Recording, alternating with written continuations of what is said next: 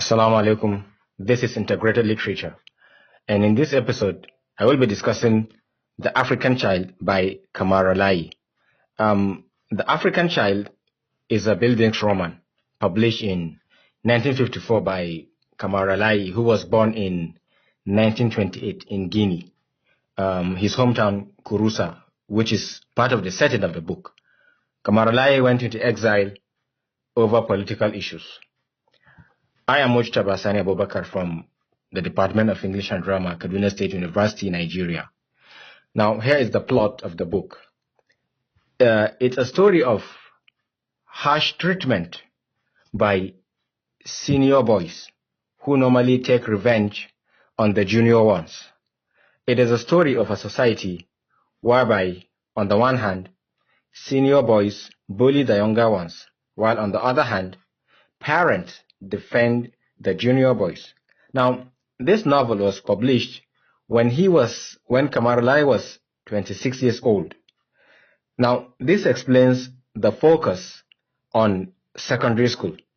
Most of the setting, or rather the plot of the book, centers around his days, the narrator's days in school, primary school to secondary school, and even to A levels. So this harsh treatment leads to bribery between the junior and senior boys. In fact, it's a bribery that involves not just money, but food. Couscous. The junior boys give up their breakfast in order for the senior boys to allow them, to give them some breathing space. Now, parents, to some extent, get offensive in defending their children. They live in a society that has high expectation, either from parents or teachers. For instance, their teacher, the narrator's teacher, assesses his student's handwriting with a magnifying glass to see if there is an unequal length of the downward stroke of either P, Q, or F. So the society is very strict regarding Western ways, Western knowledge, Western culture, Western education. It is a society that also celebrates the rites of passage. They celebrate a lot of festivals, one of which is after boys are circumcised. So it marks their rite of passage into adulthood. Now, girls aren't much included in the book's festivals. There aren't much festivals that include women. The focus is mostly on the men or the boys. The book has a traditional opening of storytelling. The narrator starts by saying, "I was a little boy." So the book has this traditional opening. Now, this tells you that there isn't much experimentation, or there wasn't much experimentation on the novel, even though much English written African literature started after the modern period. But this shows you that even as African literature began in English, there wasn't much experimentation on the form of the novel. In 2002, there was this controversy over the authorship of the book. Some claim that he had help writing the book. This is a very tangible claim. However, before this, in 1954, Kamara Lai won the Charles Vallon Prize. The same year the book was published. So this is the plot of the book. Now, going to the setting of the book, the description of the habitat of the author or the narrator speaks about the civilization. There are a lot of huts. The huts speak about the civilization of the people and its setting. For instance, the hut that the narrator sleeps in begins to take on a European appearance when he when he starts going to secondary school, which is a boarding school. So when he returns home, he realizes that his mother has decorated his hut. His hut begins to take on a European appearance. His mother speaks of the French government through its education. She complains when Kamaralaye is going to France to further his education. She complains that those people are never satisfied. They want to have everything. As soon as they set eyes on a thing, they want to have it. So the section of the book talks about the colonial period policy of assimilation. They want to have everything, as his mother complains. This is an inverted assimilation. Now, instead of the people of Guinea wanting to have everything, wanting to be French, it is now that it is the French that now want to have everything. So here, Kamaralaye depicts or portrays a sort of inverted policy of assimilation. Also, there are various settings of villages in the book. What I mean by this is that some events or occurrences in the book talks about various settings. For instance, even though the narrator lives in Kurusa, he always finds himself going to a village called Tindikan during dry season for harvesting rice. This is usually in December. The narrator always goes for holiday. Now, this shows that the people then, or the Guinean society then, was a society that was more involved in harvesting food crop instead of cash crop. Also, there is the Ramadan season. In the 19th century, the Fulani Jihad or the Fula Jihad conquered states surrounding Kurusa, Guinea. So the effect of this Fulani Jihad also affects the setting of the novel, which shows a lot of Islamic festival like the Ramadan season here. Now we are done with the setting of the book. Now going into the themes, there are a quite number of themes in the book. For instance, the book talks about economy. It talks about the economy of the Guinean society. For instance, the workshop and the goldsmithing workshop where his father works or where his father owns. Kurusa in real life had a long history of small-scale gold mining. So this affects the thematic preoccupation of the book. Kamaralai actually studied engineering. He actually studied engineering, not literature. So by virtue of his studying engineering, he is able to merge the science of engineering with mysticism, as we are going to see later. His family in the book has a guiding spirit, which is a snake. And that guiding spirit usually dictates to his father what to actually make or to smith, or the kind of trinkets that people would bring him the next day to make for them or to mold for them. There's also the theme of ecosystem. For instance, the way the people make charcoal. They get their charcoal by using some plant juices.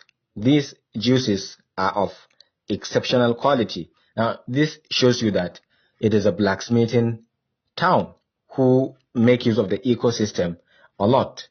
This is before the transition to automatic labor. There's also an orange tree in the narrator's house compound. Its shadow covers people from the blazing sun. Now, this is ironic because the people make use of a lot of trees for charcoal, even though the trees give them shade.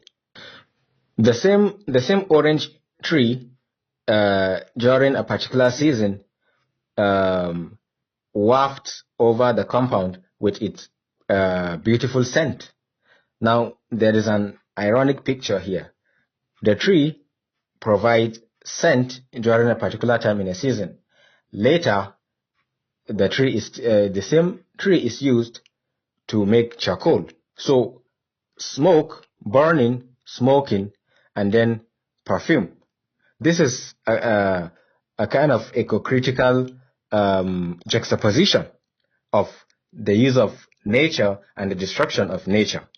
Nature provides good for humanity. Humanity destroys nature in return. There is also the theme of civilization clash. Now, the people, Camaralized people or family, live near a train station. Now, whenever these trains pass by, sometimes the rails emit sparks of fire along the rail track, which could even burn the whole place. So this is another juxtaposition between technological civilization and the pre-colonial African civilization. There is also the theme of feminism. Now, as I said earlier, women aren't much portrayed in the work. Now, women are seen to work themselves up. For instance, when his mom is killing a snake, the narrator tells us that if it were a man, the man would only neatly struck it with one blow, because he sees his mom striking severally the snake, striking the snake several times. So he says that women work themselves into a frenzy, while men neatly struck it with one blow. So women in the book are seen as weak over the men. Also, however, the book still respects women. For instance, when eating food, the family wouldn't start eating food unless the mother finishes whatever she's doing and she has arrived at the table. That is when food will begin to be eaten. Also, the narrator talks about when they are young, that they usually play with the girls. They usually tug their hair or drag it. When the girls ask why, they will just tell them that because they are girls. There's also the theme of magical realism or fantasy or suspension of disbelief. Animals play a part in the book. For instance, during the story, we are made to believe that swallows tie threads on trees. However, it is later demystified that it isn't actually a swallow, but people would climb the trees and tie some threads. However, this shows the inevitability of magical beliefs in the people. The snake is also used as a guiding spirit. Now, why snake of all creatures? Because its silence communicates more. Its movement is elusive. Because revelation is an enigma, the snake is seen as an object of revelation. It visits his father and tells his father what will happen tomorrow. So this is another allusion or frame to revelation, that only the chosen one can interpret it. Because when the snake first comes to the father, when his father is narrating to him how he gets to start conversing with the snake, when the snake comes to the father didn't welcome the snake until later.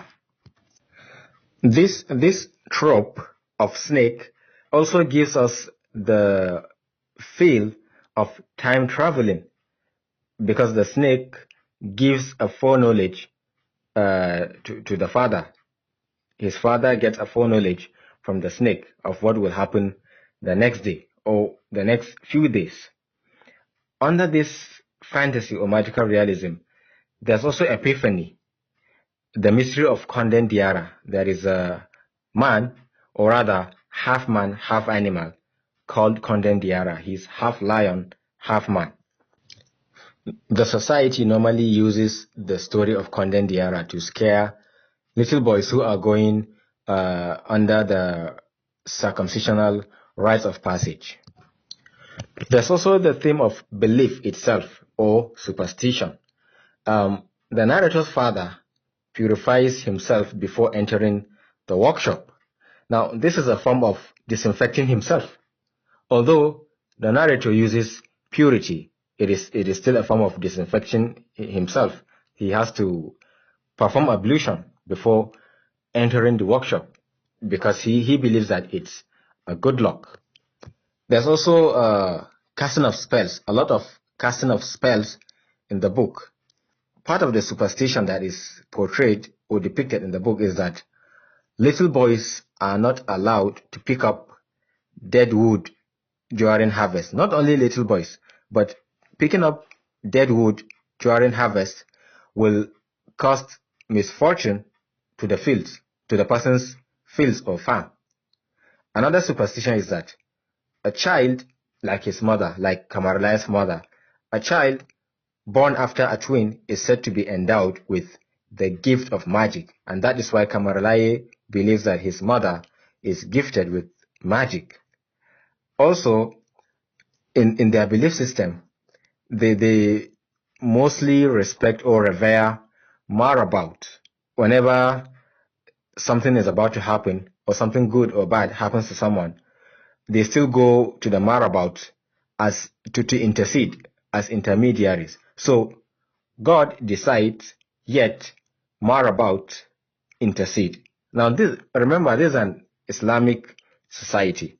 They are supposed to believe in God, yet they still see the marabout as having the power to serve as intermediaries between them and God. Now, this is similar to what led to the Protestant church in the 1500s. The Protestant felt that the clergy shouldn't serve as intermediaries between them and God. So let's go to the diction of the book. Kamaralai uses a kind of style in translating some words or some phrases, because the book was actually written in French before it was translated into English. So some expressions, some translations of some expressions aren't like the normal English expressions. For instance, in page 47, when Kamaralai is talking or chatting with his uncle in a farm, they are talking about another uncle of his, that he is so good in farming that there was no one to touch him. This means that, of course, this means there was no one who could come close to competing with him. However, touch means that if he was defeated, it means a lot. It would wreak a lot of havoc to him. Another translation is in page 48, which says stopping their ears. Instead of saying covering their ears, Kamaralai says stopping their ears. Maybe this could be a problem of translation or style. However, this is another device, which is personification. The ears are personified. Another style or issue in translation is that in page 89, one of the characters says, you are dropping with sleep. You are dropping with sleep. Now, psychologically, sleep is more powerful than the human. Probably this is what that character means. This is the ideology that character is projecting. When Kamaralai is leaving for France and his mom is wailing about him leaving Guinea for France, she says that, "Oh, do you want to send me out of my mind?" Now, what she says is a patriarchal ideology, which shows superiority of men over women's psychology in the book. because the book shows that men have greater power over women.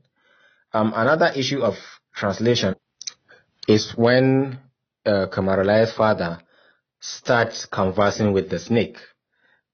Here, there is a likeness of Moses and Revelation.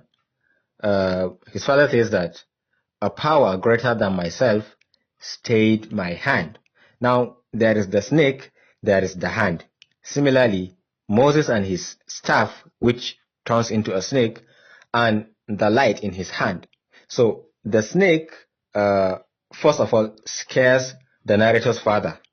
Similar to the way Moses, according to Islamic chronology, got scared when God asked him to drop his staff and suddenly it turns into a snake. Moses got scared. So Kamaralai repeated this occurrence in his book. Now let's go to style of the book. There is the style of foreshadowing. The narrator speaks about leaving his father's house sooner than we could come across the action. He talks about leaving his father's house right in chapter 1. Also, Kamaralai has a way of using adjectives.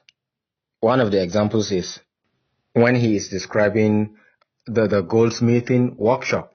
He uses the adjective or the expression burningly hot. So there are a few other examples in the book. There's also the style of juxtaposition. For instance, Kamaralai creates a foil character between his mother and his father. His mother does not like his father's goldsmithing work. Now, the French encourages the collection of gold sifted from streams and dug by the locals. So there is this foil between his mother and his father. In fact, it's a triangle. His mother, father, and the French authority. The father likes goldsmithing. The mother doesn't like goldsmithing, while the French encourages goldsmithing. Still under juxtaposition, there is this juxtaposition of civilization. Kamaralai would wear clothes to dazzle the country children whenever he's going for break. He would wear clothes to dazzle the country children, while he envies their loin cloth. They get dazzled by his appearance, while he envies their loin cloth. So this is an interpretation of this binary opposition between the self and the other, between the colonialist and the colonized. Kamaralai tries to neutralize this opposition. Also, the narrator questions a particular attitude of the people. He questions why country people are referred to as rustic, because he finds common civility are more observed in the country than the city. So he questions this ideology. Why would people refer to the village or rural people as rustic, whereas they are civil? In fact, they are more civil than the people in the city. So this is also like writing back to the center, to the metropolis. There's also a feature of metafiction, where the narrator doubts whether the narratee would believe him. He lures the reader about suspension of disbelief because he wants to talk about something mystical. There's also metaphor in the book. The blackboard is the school children's nightmare, and so was colonialism. So the blackboard serves as the colonialist. There's also the Aristotelian theater, whereby violent action should happen outside the stage. Now, in the book, the boys go through a rite of passage by getting circumcised. Now, this circumcision of 100 boys is not in the plot. It is rather reported or as a flashback, but it is not part of the action of the book. Another juxtaposition of civilization in clothing is his uncle Mamadou. His uncle Mamadou only wears European clothes to work and change to bubu at home. Whenever he would pray, he would change to bubu when he's at home. Now, this shows that he is still resisting that policy of assimilation while balancing his culture and that of the Europeans. Lastly, under style is the way Kamaralaye turns a character into a plot. Now, one of his friends, Czech is diagnosed with an illness that even the doctors couldn't pinpoint. So when he says that when the dispensary clock finished the 12 strokes, Czech dies together with the clocks striking of midnight. So Czech's death happens when the clock finished the 12 strokes. So here the character becomes the plot. There's also simile. Finally, which should be the final one. A simile. Animals are mostly used in deploying the simile device. For instance, as plump as a partridge. We've been crawling like tortoises, and now he wants to run like a hare. Now this shows growth, a metaphor of children becoming wiser. One of his uncles, Uncle Bo, is said to be like a bird. He is never in one place. This shows that the people are hunters. Also, a partridge is easily hunted down, while Uncle Bo could like a migratory bird, could be like a migratory bird that is difficult to hunt down. Finally, there are a lot of rhetorical questions in the book. For instance, was it that because she prepared the food, because meals are mainly a woman's business, the narrator is asking this question over his mother's presence that is felt during meal times. As I said earlier, women are respected when it comes to table manners. The mother has to be there before everyone starts to eat. So he asked these questions. The narrator also wonders where his mother's powers come from, because she is said to come after a twin set. So over her gift of magic, he questions where her powers come from. Now, questions surrounding women have to do with magic or mystery, which is similar to witchcraft, where she gets her powers, why is her presence felt during mealtimes. So the questions that surround women are only dealing with magic or mystery, which is similar to witchcraft. Also, over the illness of his friend, Czech. After the local doctors couldn't diagnose what is wrong with Czech, he is taken to a hospital. So Kamaralai asked these questions. Would the white doctor succeed where our own medicine men had failed? Evil is not always overcome by good. Now, this is a very serious question and statement. There's ambiguity here. Which one is the evil? The illness or the medicine men that were consulted before the white doctor, or the illness before the consultation? I will answer this later. Furthermore, questions surrounding men have to do with the mystery of identity. For instance, no one knows who Condé Diarra is, nor the illness ailing Czech. So this is the answer to the question, the mystery behind the identity of men. Anytime a question is asked about men, has to do with mystery and their identity. So finally, The African Child can be read as an eco-critical novel because of its stance on trees and animals. It is also a colonial novel due to its setting and even the date of publication. It is a Marxist novel because of its juxtaposition of country and city life and the ideologies they share. Hope you guys enjoyed this analysis. In our next episode, I will be treating Robinson Crusoe. See you.